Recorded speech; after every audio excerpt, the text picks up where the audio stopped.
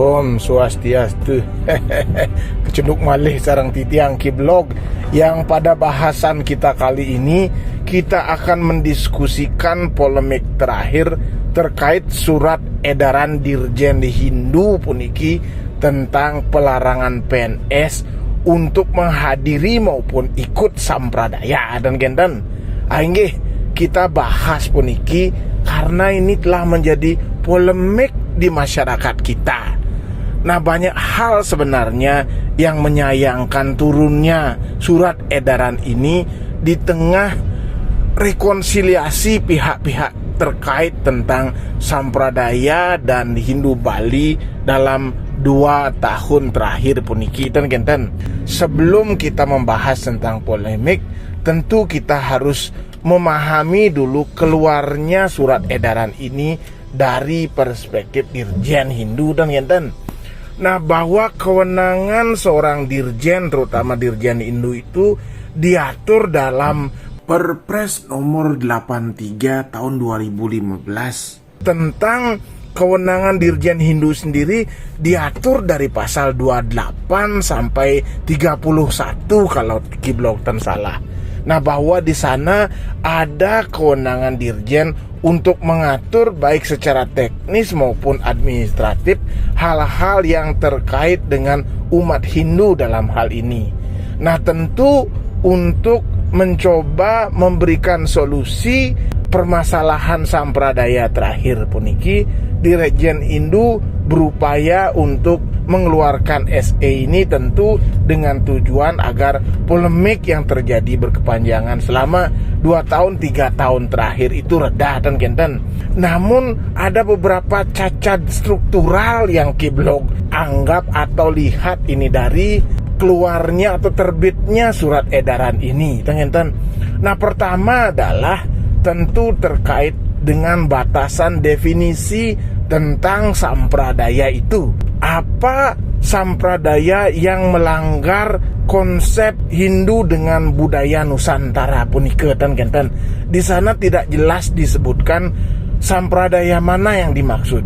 Nah, kalaupun misalkan yang dimaksud adalah Hare Krishna dan Sai Baba, tentu harus didefinisikan secara jelas larangan-larangan atau keputusan hukum mengenai kedua sampradaya puniki dan genten. Apakah betul-betul sudah ada keputusan hukum bahwa Hare Krishna dan Sai Baba ini dilarang beredar. Nah, sehingga dengan batasan yang jelas puniki atau keputusan hukum yang jelas dan definitif tersebut, bisa sebuah institusi dalam hal ini Dirjen Hindu dapat memberikan konsekuensi logis bagi para ASN-nya dan genten. Ketiadaan kejelasan tentang sampradaya tersebut tentu akan sangat sulit, apalagi dalam SE itu tidak disebutkan secara rinci sampradaya yang dimaksud dan genten. Nah, yang kedua adalah pemahaman tentang sampradaya masih sangat simpang siur di masyarakat.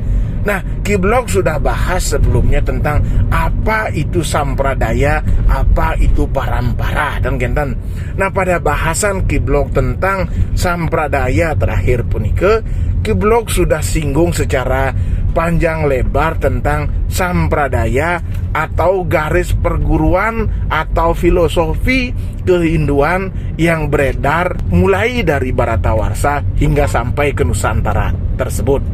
Nah, aliran-aliran pursapat puniki tentu sangat banyak jumlahnya, termasuk apa yang kita yakini di Bali sebagai sebuah siwa siddhanta merupakan sampradaya itu sendiri.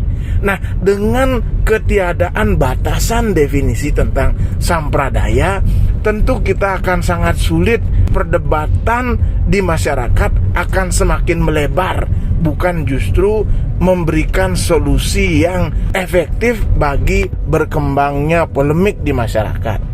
Nah, yang ketiga adalah batasan tentang Hindu Nusantara itu sendiri. Dalam keputusan tentang Parisada Hindu Dharma Indonesia di tahun 59 itu tidak ada istilah yang menyebutkan tentang Hindu Nusantara. Yang ada adalah Hindu Dharma Indonesia. Nah, tentu dengan istilah Hindu Nusantara memberikan secara tekstual definisi baru lagi yang belum sebenarnya disepakati secara umum tentang apa saja yang dimaksud dengan Hindu Nusantara.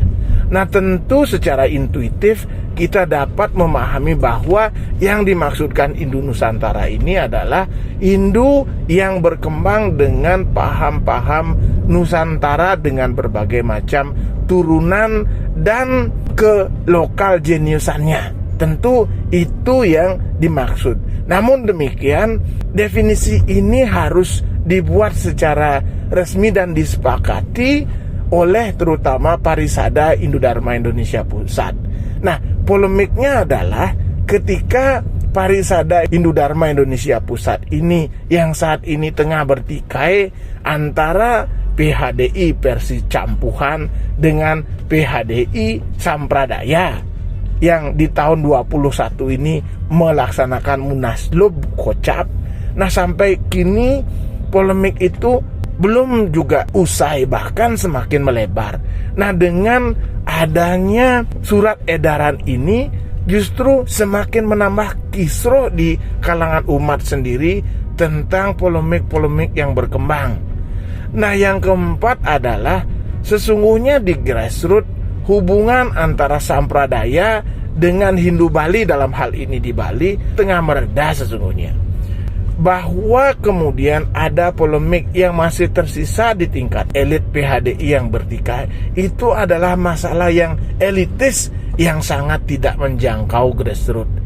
Nah, dengan keluarnya SE yang dari Dirjen ini justru semakin mengulik atau membangunkan polemik yang terjadi di masyarakat ini sesungguhnya. Alih-alih memberikan solusi yang efektif dan jangka panjang bagi permasalahan keumatan, SE ini justru menjadi pemicu konflik baru yang tidak berujung sesungguhnya.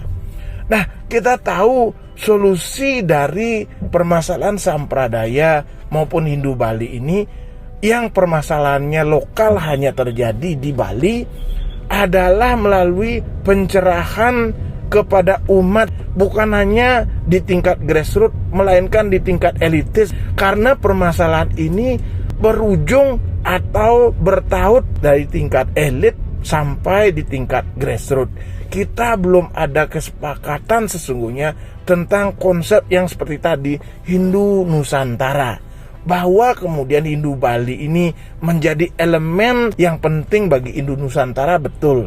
Namun demikian, bagi konsep pembangunan agama dari sebuah bangsa yang bernama Indonesia, tentu Bali hanya menjadi satu komponen saja. Tidak bisa masalah di tingkat lokal kita naikkan atau kita tarik ke atas menjadi permasalahan Hindu secara nasional. Nah, di sini sesungguhnya permasalahan utama. Nah, Ki Blok sudah bahas secara panjang lebar bahwa polemik Sampradaya maupun Hindu Bali yang terjadi di tahun 2020 sampai 2022 itu tidak murni permasalahan ideologi, bahwa di sana ada 6 pihak yang bermain seperti yang Ki Blok telah sampaikan. Dari 6 pihak yang bermain tersebut, faktor politisnya yang justru sangat-sangat menonjol ketika itu. Nah, Ki Blok buka saja bahwa sesungguhnya bidikan dari penguasa ketika itu adalah karena faktor elektoral, di mana Arya Weda yang dibidik atau ditengarai sebagai seorang anggota HK ingin mencalonkan diri pada pemilihan gubernur di tahun 2025 ini, kan demikian sesungguhnya.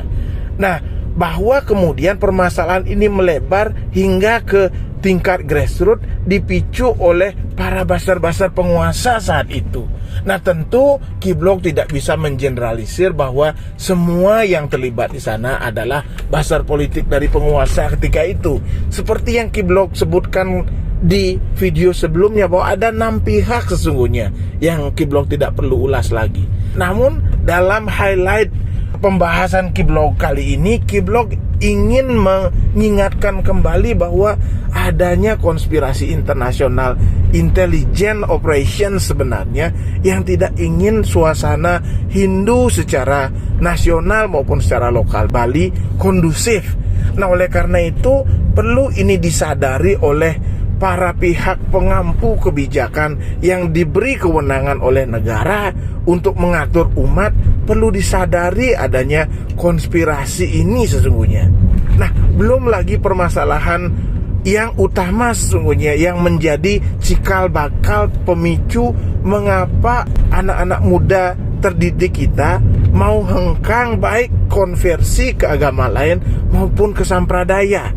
Itu karena tidak lain dan tidak bukan adanya push faktor dan pull faktor yang Ki Blok sebutkan dalam video sebelumnya, bahwa di sana ada permasalahan esensial tentang pengajaran atau penanaman filosofi kehinduan yang belum usai.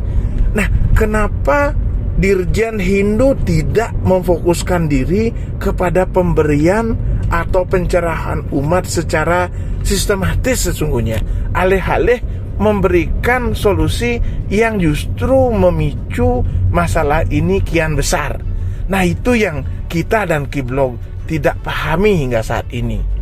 Nah, sesungguhnya persoalan tentang penanaman filosofi keinduan itu telah dicoba diselesaikan oleh Dirjen Hindu sebelumnya, terutama dalam hal ini Mas Tri Handoko Seto yang mencoba menggali potensi dari berbagai macam budaya atau tradisi untuk menjadi pencerah di tingkat Hindu lokal sesungguhnya.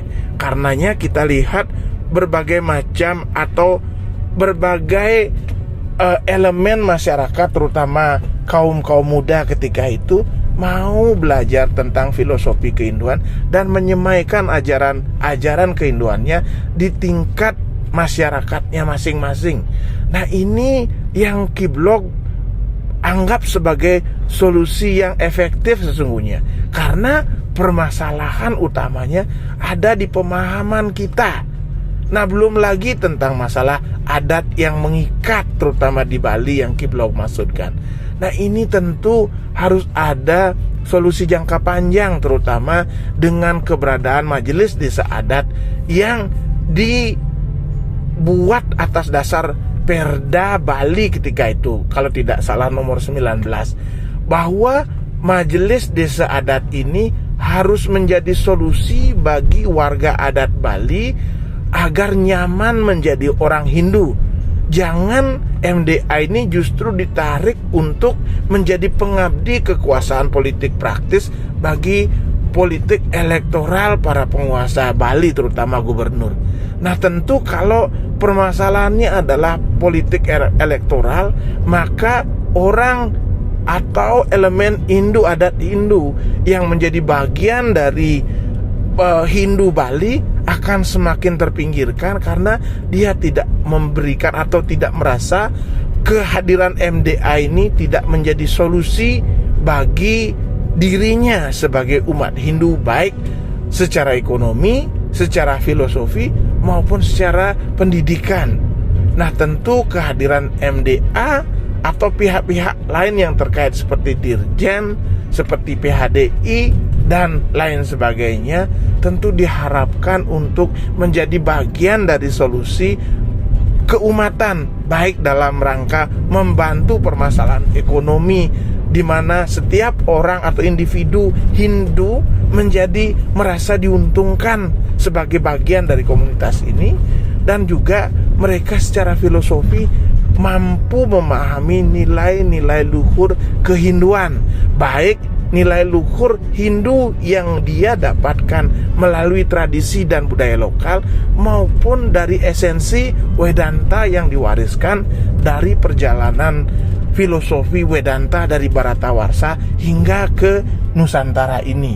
Nah, dengan demikian Ki Blok tutup video ini dengan satu kesimpulan, bahwa surat edaran ini betul-betul kontraproduktif dengan upaya rekonsiliasi terutama sampradaya dengan elemen-elemen Hindu, terutama Hindu Bali, untuk mencari solusi jangka panjang. Nah, bahwa kemudian umat Hindu yang hanya menjadi kaum minoritas 1,7% menurut statistik nasional ini harus diselesaikan dan disadari minimnya umat Hindu. Oleh karenanya solusinya janganlah solusi yang justru mengadu domba di antara sesama elemen Hindu. Justru yang diperlukan adalah politik merangkul dengan memberikan pemahaman yang substansial tentang Hindu dan Vedanta secara filosofi dan tatwa dalam jangka panjangnya. Tentu ini adalah tidak mudah, namun upaya itu harus tetap dilakukan, terutama mereka yang mempunyai kewenangan atau diberikan kewenangan oleh negara untuk mengatur umat, dalam hal ini adalah dirjen. Yang ketiga, di tingkat masyarakat sendiri perlu ditegaskan bahwa permasalahan sampradaya yang terjadi 2 tahun lalu sesungguhnya bukanlah permasalahan ideologi yang terkait dengan filosofi kehinduan, melainkan adalah upaya untuk mengadu domba umat kita secara politis sesungguhnya. Bahwa kemudian ada sekelompok dari elemen kita merasa gerah menjadi umat Hindu, terutama terkait dengan adat yang mengikat, itu tentu kita tidak bisa nafikan. Namun solusinya harus dilakukan melalui pemahaman dan pengajaran kehinduan yang efektif. Di samping itu juga masyarakat adat harus menjadi solusi bagi umat-umatnya, bukan menjadi bagian dari yang memberatkan dan genten. Nah, yang ketiga adalah bahwa setiap elemen harus menyadari perannya masing-masing, bahwasannya Hindu Nusantara sangat minoritas. Karenanya politik merangkul sangat diperlukan, bahwa kita jangan sampai tercerai-berai karena faktor-faktor baik internal maupun eksternal. Kita harus menyadari bahwa ancaman dari luar yang tidak menginginkan Hindu bersatu dan menjadi besar untuk meraih agama Budi itu nyata adanya. Nah, karenanya mari kita bersatu untuk memajukan Hindu Nusantara kita sesuai dengan konsep yang telah digariskan oleh leluhur-leluhur Nusantara, agar agama Budi menjadi solusi bagi carut-marutnya permasalahan di Nusantara ini.